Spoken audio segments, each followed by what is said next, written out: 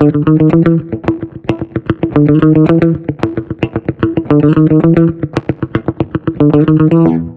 everyone, it's Jeremy Long, the Full Metal Traveler, and I usually spout off history about places I visit. Today's episode's a little bit different. I'm going to give you a little bit of history on one of my favorite drinks that no one seems to make correctly anymore, and that's the El Presidente, a nice drink from Cuba. But before we begin, a word from our sponsors.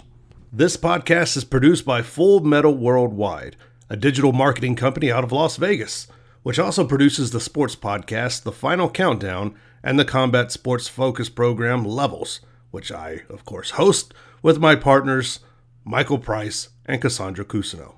Visit fullmetalworldwide.com or fullmetalsports.com to check out these wonderful podcasts. The El Presidente is a decidedly Cuban cocktail, perfect on cool days in the spring or the fall, or hell, just whenever. Like the telephone, Model T, or cassette tapes, it's a cocktail whose best days have passed. There are very, very few bartenders who can make it anymore. Most wouldn't even try, instead probably meeting you with a blank stare and a half-hearted beer menu. But here's a moment of truth. I've had variations of this drink, but who can know what the authentic taste is unless you find yourself in an old throwback bar in Havana? For that reason alone, Cuba just moved up on my travel list. The El Presidente became the preferred drink of the Cuban upper class and those Americans who could afford to skirt the laws of Prohibition by visiting the Las Vegas of the Caribbean, Havana, Cuba. Author Wayne Curtis, who wrote an excellent article on the disappearing act of correctly mixed cocktails, called Prohibition the Dark Ages for drinks in America, where Americans not only lost the knowledge of making sophisticated drinks, but they forgot what a good cocktail tasted like.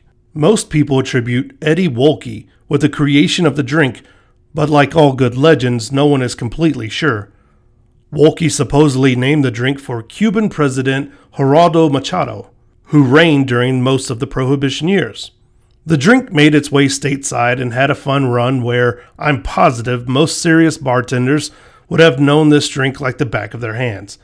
At least they would have known it as well as an old-fashioned or Manhattan at the time. As noted, like any well-traveled legendary drink, there are many variations depending on taste. Some garnish with a twist of orange peel or a cherry, or both. Some call strictly for curacao. Others say Grand Marnier. All I know is if you get the basics right, you'll have one hell of a good cocktail, a story you can share at a party, and a callback to all lost and forgotten things. Now, if you want a quick recipe, you can go on fullmetaltraveler.com and check out our El Presidente recipe, or you can listen right here. It calls for 1.5 ounces of rich white rum, 1.5 ounces of vermouth, 1 bar spoon of orange curacao or Grand Marnier, depending on your flavor of choice, a half a bar spoon of real grenadine, and a thinly cut orange peel, or like I said, maybe a cherry or both, depending on how you like it. You'll stir the ingredients well with cracked ice and strain into a chilled glass. Twist a swatch of thinly cut orange peel over the top, drop it in, or you can discard the garnish, whatever you want.